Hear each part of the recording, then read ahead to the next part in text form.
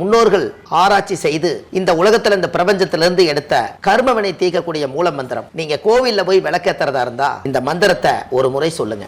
முற்பிறவில செய்த பாவங்கள் எப்பிறவிக்கும் தொடராமல் இருக்க இப்பிறவிலேயே என் தந்தை வழியில் வந்த கர்மாவனை, என் தாய் வழியில் வந்த கர்மாவனைகள், என் தாயுடைய கர்ப்பத்திலிருந்து நான் இந்த பூமிக்கு கொண்டு வந்த கர்மாவனைகளும் இன்றோடு நிவர்த்தியாகட்டுன்னு 5 தீபம் விளக்கேத்தி சாமிக்கு தேங்காய் வளம் பூ மாலை கல்கண்டு வாங்கி அர்ச்சனை பண்ணி உங்க ஜாதகத்தை கொண்டு போய் சாமி பாதத்துல வச்சு இன்னையோட எனக்கு எல்லாம் நல்லது நடக்கும்னு மனசார கும்பிட்டு வாங்க. வாழ்க்கையில அசுர வளர்ச்சிக்கு வந்து. அனைவருக்கும் வணக்கம். பாரம்பரிய திருவள்ளுவர் குல வம்சம் பிரசன்ன ஜோதிடர் சுபமாரிமுத்து திருப்பூர்லேருந்து இந்த பதிவு உங்களுக்காக.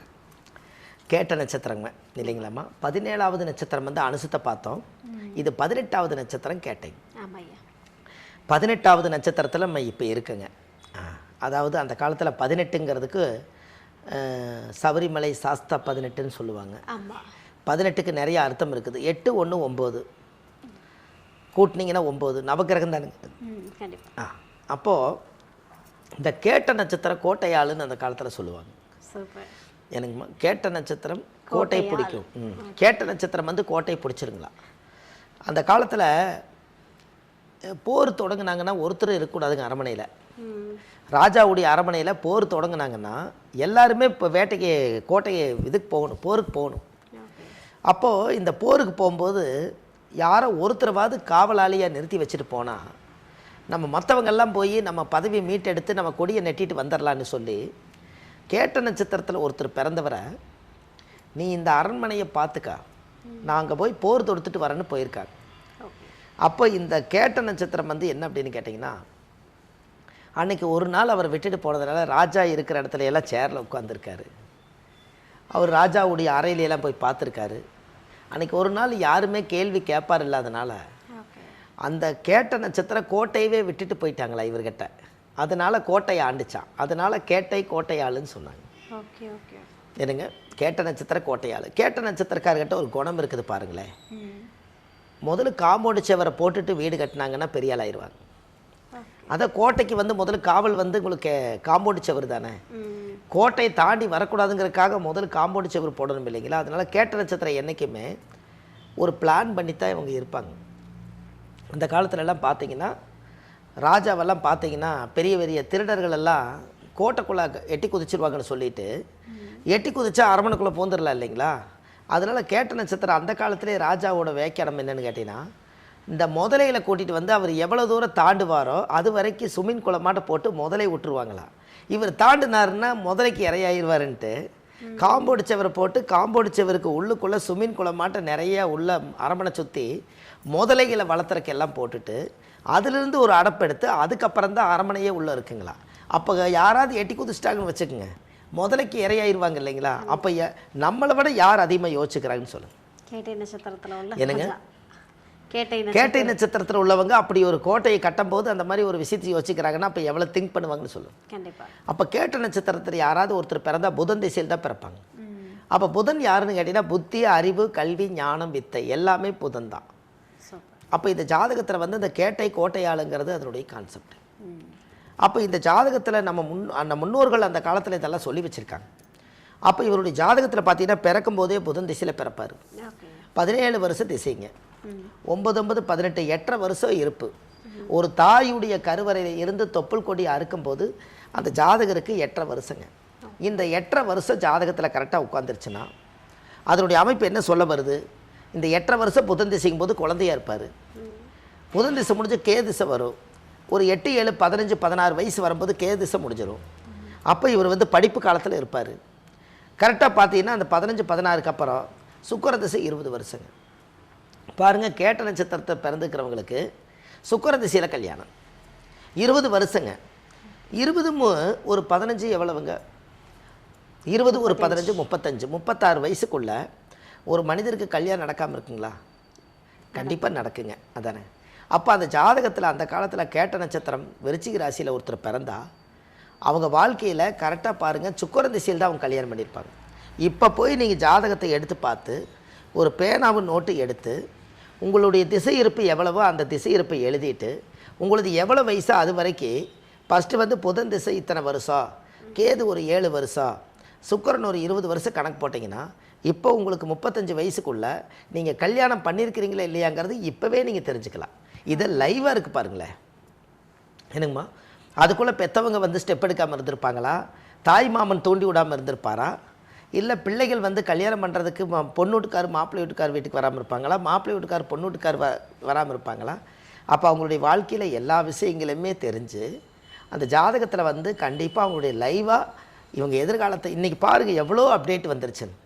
எத்தனையோ யூடியூப் சேனலில் நீங்கள் சுப மாரிமுத்துன்னு யூடியூப்பில் போங்க, எனக்கு தெரிஞ்ச லட்சக்கணக்கான வீடியோக்கள் இந்த உலகத்துக்கு பதிச்சிருக்கேன்.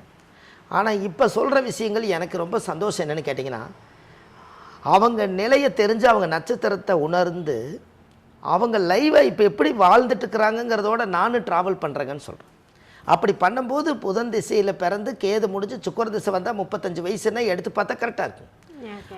அப்போ சுக்கர திசையிலேயே அவருக்கு 35 வயசில் அவருக்கு இப்போ பிழைக்கிறதுக்கு உண்டான வழியை இந்த சுக்கரன் தூண்டி விட்டுறாரு. அடுத்தது 35க்கு மேலே சூரிய திசை ஒரு 6 வருஷம், 35 ஒரு 6 41 வயசு, சந்திர திசை ஒரு 10 வருஷம் 51 வயசு, செவ்வாய் திசை ஒரு 7 வருஷம் 58 வயசு. அப்போது கரெக்டாக செவ்வாய் திசை முடிஞ்சு ராகு திசை 18 வருஷங்க. அப்போ கரெக்டாக பாருங்கள் 58 இதில் ஒரு 18 வந்துடுது, கிட்டத்தட்ட ஒரு 76. அப்போது 58, அப்போது 58 68, அப்போ 76. நீங்கள் சொன்னது கரெக்டு தான். 70-75 வயசுக்கு மேலே இவருக்கு ஜாதகத்தில் ராகு திசையில் தான் அவர் ரிட்டையர்ட் ஆகிறாரு.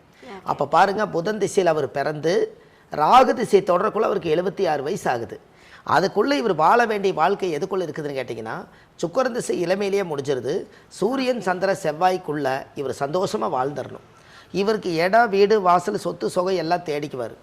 எவ்வளவு பணம் சம்பாதிச்சாலும் உங்களுக்குள்ளே நீங்கள் தன்னிறைவாக வாழ்ந்தது எவ்வளவுங்கிறது மட்டும் நீங்கள் கண்டிப்பாக கணக்கு போட்டு வைக்கணும்.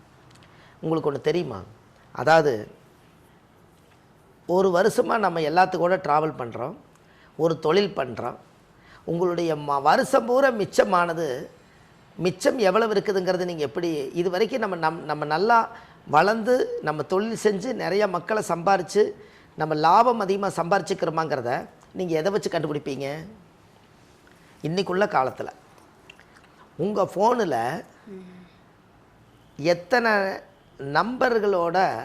எத்தனை நண்பர்களோட நான் வந்து இது வரைக்கும் இந்த வருஷம் தொடர்பு வச்சுக்கிறேன், எத்தனை நண்பர்கள் எனக்கு சப்போர்ட் பண்ணிக்கிறாங்கிறத விட உங்கள் ஃபோனில் எத்தனை பேர்த்த மனசில் நினச்சி சேவ் பண்ணி வச்ச நம்பர் எவ்வளவுன்னு பார்க்குறீங்க பாருங்க. அதுதான் நம்மளுடைய லாபம்.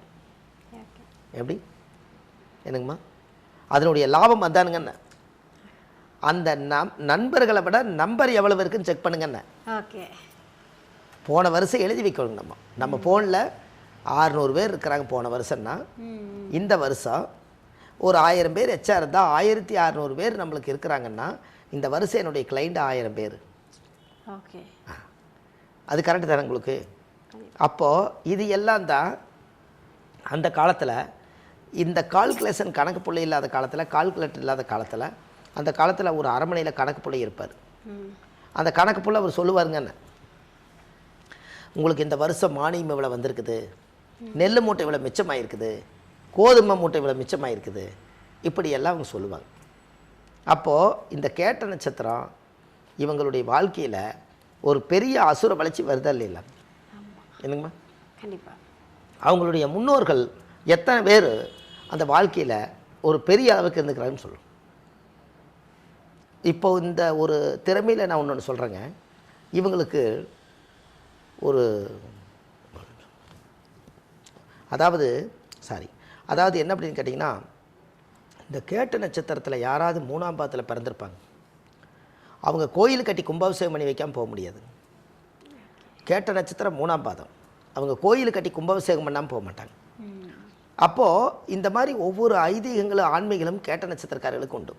பிறக்கும் போதே புதன் திசையில் கேட்ட நட்சத்திரம் பிறக்கும், அறிவோடவே பிறக்குமுங்க. என்ன அதுக்கு நான் ஒரு உதாரணம் சொன்னேங்க.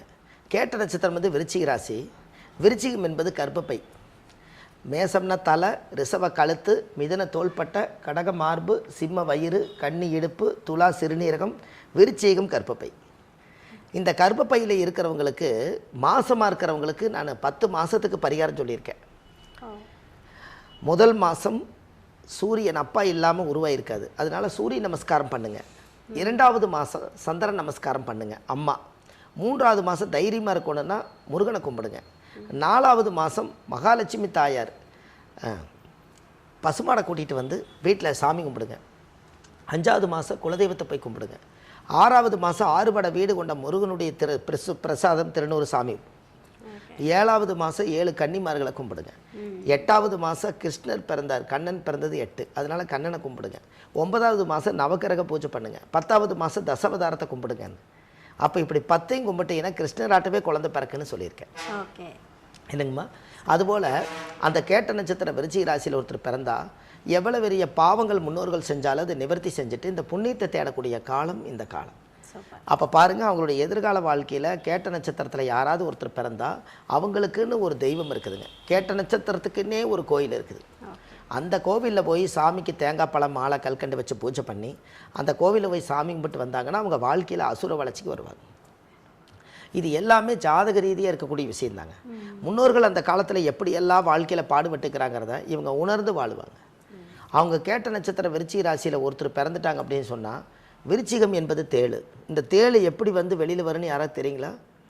பசுமாட்டு சாணம் இருக்குது இல்லைங்களா, அதை 1 மாதம் அந்த சாணத்தை கை வைக்காமல் விட்டுட்டிங்கன்னா அதுக்குள்ளே தேள் உற்பத்தி ஆகும். அதனால தான் ரிஷபம் என்பது மாடு, அதுக்கு நேர் 7வது வீடு விருச்சிகம். அந்த மாடு சாணம் போட்டு அந்த ஆசன வாயு இங்கே, அங்கே தான் தேள் உற்பத்தி ஆகுது. அதனால் தேள் வந்து உற்பத்தி ஆகிறது பசுமாட்டு சாணத்தில். அதனால தான் நான் சாணி வீடுக்கு போன தேள் கொட்டிச்சுங்கிறாங்கல்ல, இதெல்லாம் அந்த காலத்து பழமொழிங்க. அப்போ கேட்ட நட்சத்திர வாழ்க்கையிலே கோட்டையை கட்டி ஆளணுங்கிறது, ஒரு வீடு கட்டாமல் அவங்க போக மாட்டாங்களாம். வீட்டுக்கு காம்பவுண்ட் சுவர் வச்சு கேட்டு போட்டே தேருவாங்களாம். அதனால தான் கேட்டை கோட்டை ஆளுன்னு சொன்னாங்க. ராஜாவா வாலாட்டிங்கோட அவங்களவுக்கு ஒரு 5.5 சென்ட் இடமோ ஒரு 2 சென்ட் இடமோ வாங்கி அதை ஒரு கோட்டை மாதிரி அமைச்சு அதுக்குள்ளே யாருடைய இரவல்லி போய் வாழாமல் தனி சம்பாத்தியத்தில் சம்பாரித்து ஒரு வீடு கட்டி ஒரு அங்கீகாரம் பண்ணி நான் கேட்டை கோட்டை ஆண்டே தீர்வுன்னு அந்த கோட்டை ஆளுமா. இதுதான் கேட்ட நட்சத்திரம். கேட்டை கோட்டை ஆளும் அப்படின்றத விட வேற என்ன ஒரு சிறப்பான பலன் இருக்க போகுது. தனக்கு தானே வந்து அவங்க ராஜாவா இருக்க போறாங்க, அசுர வளர்ச்சி இருக்க போகுதுன்னு சொல்லிட்டு ரொம்ப அழகான பலன்களை கொடுத்துருக்கீங்க. ஸோ அடுத்த நட்சத்திரக்காரங்களை பார்க்கலாம். நன்றி. சரிங்கம்மா, ரொம்ப நன்றி. வணக்கம். கேட்டை நட்சத்திரத்துல பிறந்தவங்க கோட்டை ஆழ்வாங்கன்னு கண்டிப்பாங்கம்மா. வர்ற பிரச்சனை எல்லாம் தீரணும்னா கோவிலுக்கு போயிட்டு வாங்க, சரியாயிரும்னு சொல்லிட்டீங்க. எந்த கோவிலுக்கு போகணும் அப்படின்றத நம்ம இன்னும் சொல்லலை. கண்டிப்பாக சொல்லிடலாமா? கண்டிப்பாங்கம்மா. அதாவது கேட்ட நட்சத்திரம் இல்லைங்களாம்மா, அதாவது தஞ்சாவூர் சாலையிலிருந்து கும்பகோணம் போகிற வழியில் தான் இருக்குதுங்க. அதாவது என்ன அப்படின்னு கேட்டிங்கன்னா, இந்த ஜாதகத்துக்கு மெயினாக நம்ம தெரிஞ்சுக்க வேண்டிய ஒரு பெரிய விஷயம் என்னென்னா, முக்கியமாக நம்ம வந்து எப்போவுமே இந்த கேட்ட நட்சத்திரம் கோட்டையாளுன்னு சொன்னதுனால நம்ம இந்த கோவில் வந்து ஒரு அசுர வளர்ச்சியான கோயிலுங்க. இந்த கோவிலுக்கு கண்டிப்பாக நம்ம எல்லாருமே கேட்ட நட்சத்திரத்தில் பிறந்துக்கிறவங்க வாழ்க்கையில் ஒரு முறை அந்த கால் எடுத்து வைக்கணும். அந்த புண்ணிய வாசலில் போய் அந்த கடவுளை பகவானை பார்க்குறக்கு ஒரு அதிசயமான கோயில் என்னென்னு கேட்டிங்கன்னா, தஞ்சாவூர்லேருந்து கும்பகோணம் போகிற சாலையில் வரதராஜ பெருமாளுங்க. இந்த வரதராஜ பெருமாளுங்கிறது அந்த கோவில் அங்கே இருக்குதுங்க. அந்த கோவிலில் போய் ஒரு 5 விளக்கு தீபம், சுவாமிக்கு தேங்காய் பழம் பூமாலை கல்கண்டு வாங்கி அர்ச்சனை பண்ணி அந்த கோவிலில் போய் சாமி கும்பிட்டு வந்தாச்சுன்னா உங்கள் வாழ்க்கையில் ஒரு மிகப்பெரிய புத்துணர்ச்சியான மாற்றம் ஏற்படுங்க. அதுக்கப்புறம் பாருங்கள், அசுர வளர்ச்சிக்கு நீங்கள் வந்துடுவீங்க. நல்லதே நடக்குங்கம்மா.